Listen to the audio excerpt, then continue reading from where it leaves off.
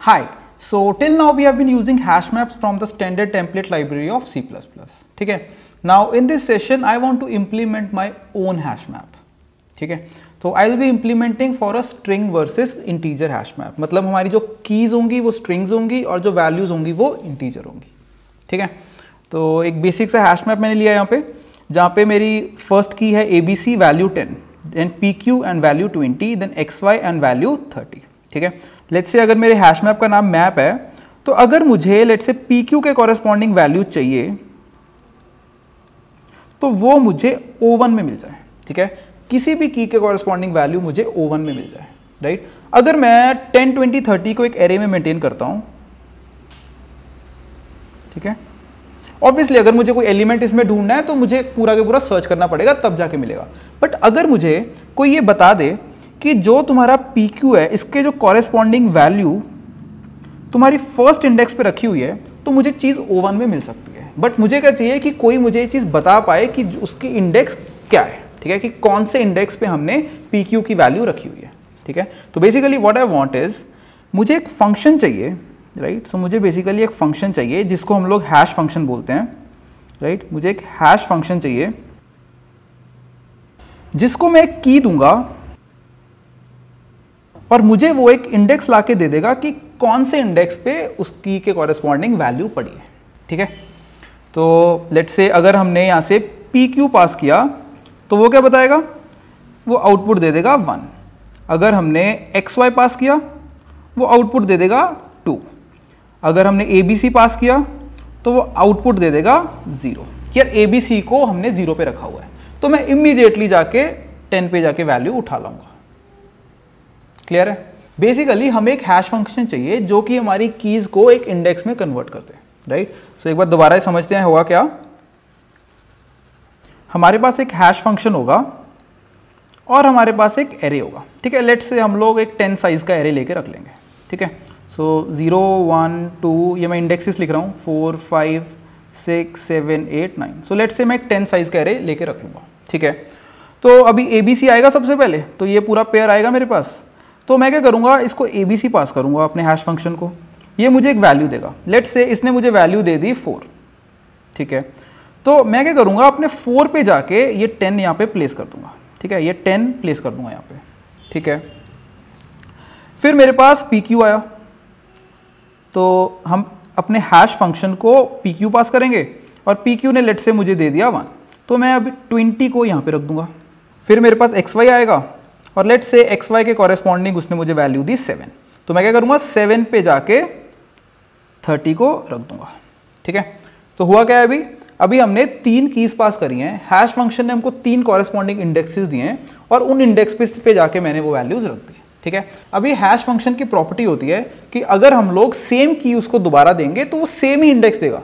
ऐसा नहीं है कि थोड़ी देर बाद मैं इसको XY दूं और वो मुझे उसके कॉरेस्पॉन्डिंगली 5 दे रहा है. नहीं, वो 7 ही देगा. चाहे उसको मैं 100 बार मैं XY पास कर दूंगा, वो मुझे 7 ही देगा इसके कॉरेस्पॉन्डिंग. ठीक है.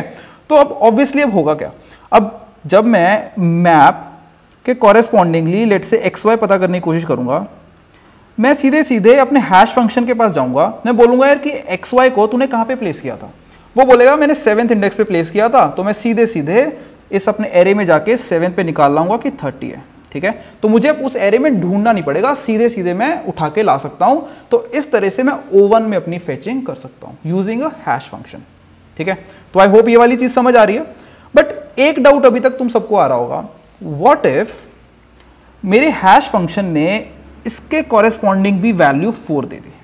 ठीक है. अगर इसके कॉरेस्पॉन्डिंग भी वैल्यू 4 देगी, अब क्या होगा. इसको हम बोलते हैं कोलिजन हैंडलिंग, कि हम कोलिजन्स को कैसे हैंडल करते हैं. काफी सारे तरीके होते हैं, but what we are going to do is, हम लोग लिंक लिस्ट बनाएंगे. बेसिकली 30 हम लोग यहां पे ना रखते, इस केस में हम लोग 10 के साथ एक लिंक लिस्ट बना देते 30. ठीक है. ऑब्वियसली लेट्स से कुछ और एलिमेंट्स भी अगर आते हैं यहाँ पे, सो लेट्स से MN. ठीक है.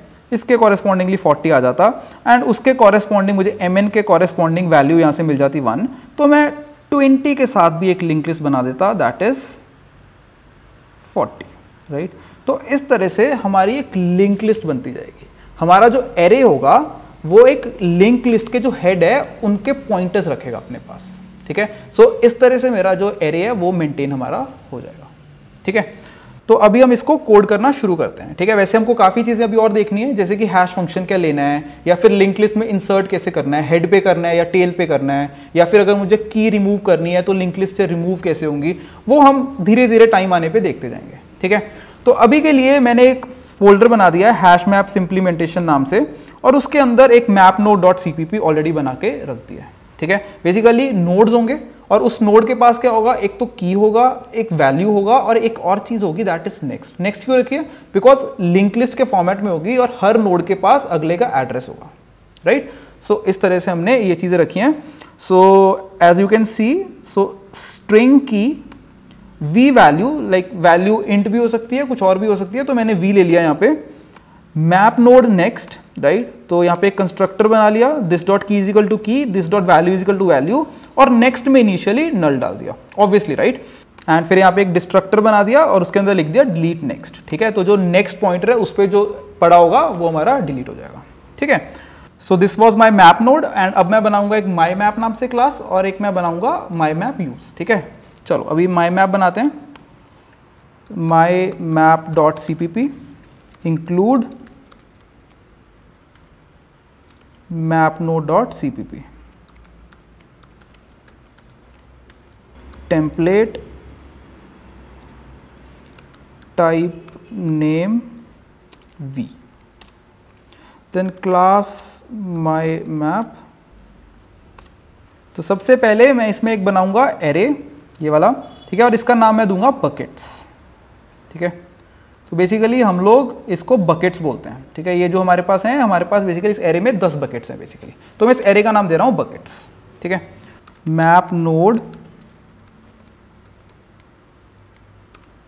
We star star buckets is equal to new map node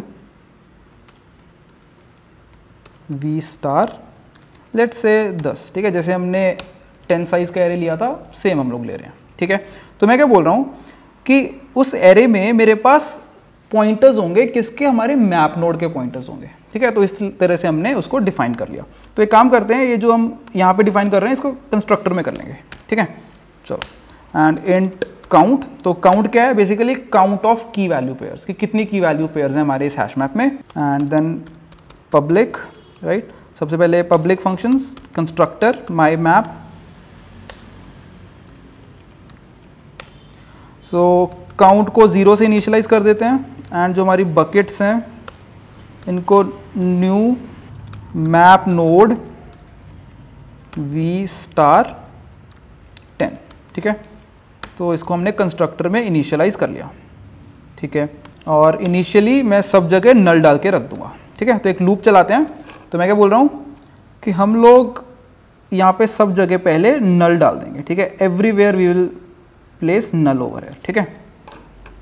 चलो, so for int I is equal to 0, I less than 10, I plus plus buckets I is equal to null, ठीक है। And एक destructor बना देते हैं।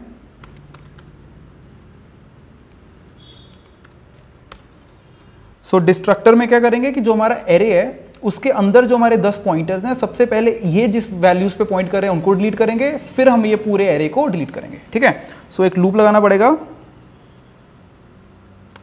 तो यहां से कॉपी कर लेते हैं,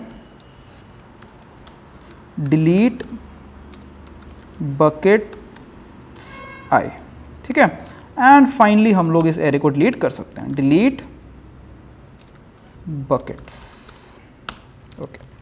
सो आई होप कि हमारा ये जो कंस्ट्रक्टर और डिस्ट्रक्टर क्लियर है, right. So in the next session we are going to write few more functions, okay. Thank you.